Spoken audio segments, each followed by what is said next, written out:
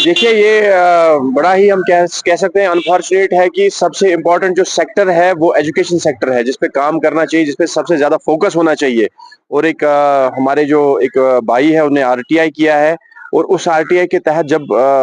Reveal हुआ, चीज़ें reveal हुई तो बड़ा ही दुःख हुआ और ये अफ़सोसनाक चीज़ है कि जो हमारा सेक्टर है एजुकेशन का, वो इतना गया गुज़रा है, जिसपे सबसे ज़्यादा फोकस होना चाहिए। आप देख सकते हैं कितनी हायर सेकेंडरीज़ है विदाउट प्रिंसिपल्स या हेडमास्टर्स नहीं है, या वैकेंसीज कितनी है, वैकेंसी 67 के अराउंड उसने रिवील की गई है, या बहुत सारे जो हायर सेकेंडरीज बने हैं वहां पे भी पोस्ट भी क्रिएट नहीं किए हैं। तो ये बड़ा अफसोस नाक चीज है जो हम एजुकेशन डिपार्टमेंट से भी रिक्वेस्ट करना चाहेंगे, डिस्ट्रिक्ट एडमिनिस्ट्रेशन से भी, और हमारे जो रिप्रेजेंटेटिव्स हैं उनसे भी रिक्वेस्ट करना चाहेंगे कि सबसे इम्पोर्टेंट अगर आप डिस्ट्रिक्ट में प्रोग्रेस चाहते हैं, सोशल स्टेबिलिटी चाहते हैं, इकोनॉमिकली अगर आप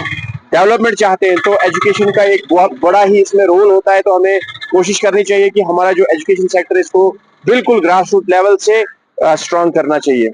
और हम इसमें रिक्वेस्ट करना चाहते हैं एलजी एडमिनिस्ट्रेशन से भी, और जो भी प्रेजेंट गवर्नमेंट है उनसे भी रिक्वेस्ट करना चाहेंगे कि इस पे इंक्वायरी होनी चाहिए कि अगर कहीं पे भी कोई प्रोग्राम होता है तो वहां पे स्टूडेंट्स को लाया जाता है, तो क्या उनका हायर सेकेंडरीज का मेन रोल यही है कि आप कोई कहीं पे प्रोग्राम है कोई तो बच्चों को लेके जाओ? क्या एजुकेशन वहां पे मेन फोकस नहीं है? आप देख रहे हैं एक साइड से बड़े प्रोग्राम्स होते हैं, कल्चरल प्रोग्राम्स होते हैं, बाकी प्रोग्राम स्पोर्ट्स के रिलेटेड प्रोग्राम्स होते हैं जहां पे बच्चों को लाया जाता है, लेकिन जो बेसिक चीज है, बेसिक नीड है, जो एजुकेशन देनी है इन बच्चों को, क्या वो एजुकेशन नहीं मिल रही है? हमारा जो बेसिक स्ट्रक्चर है यहाँ पे आप देखेंगे कि इस पे बिल्कुल इंक्वायरी होनी चाहिए, इस पे देखना चाहिए कि कितने टाइम से ये चीजें हो रही हैं। और इस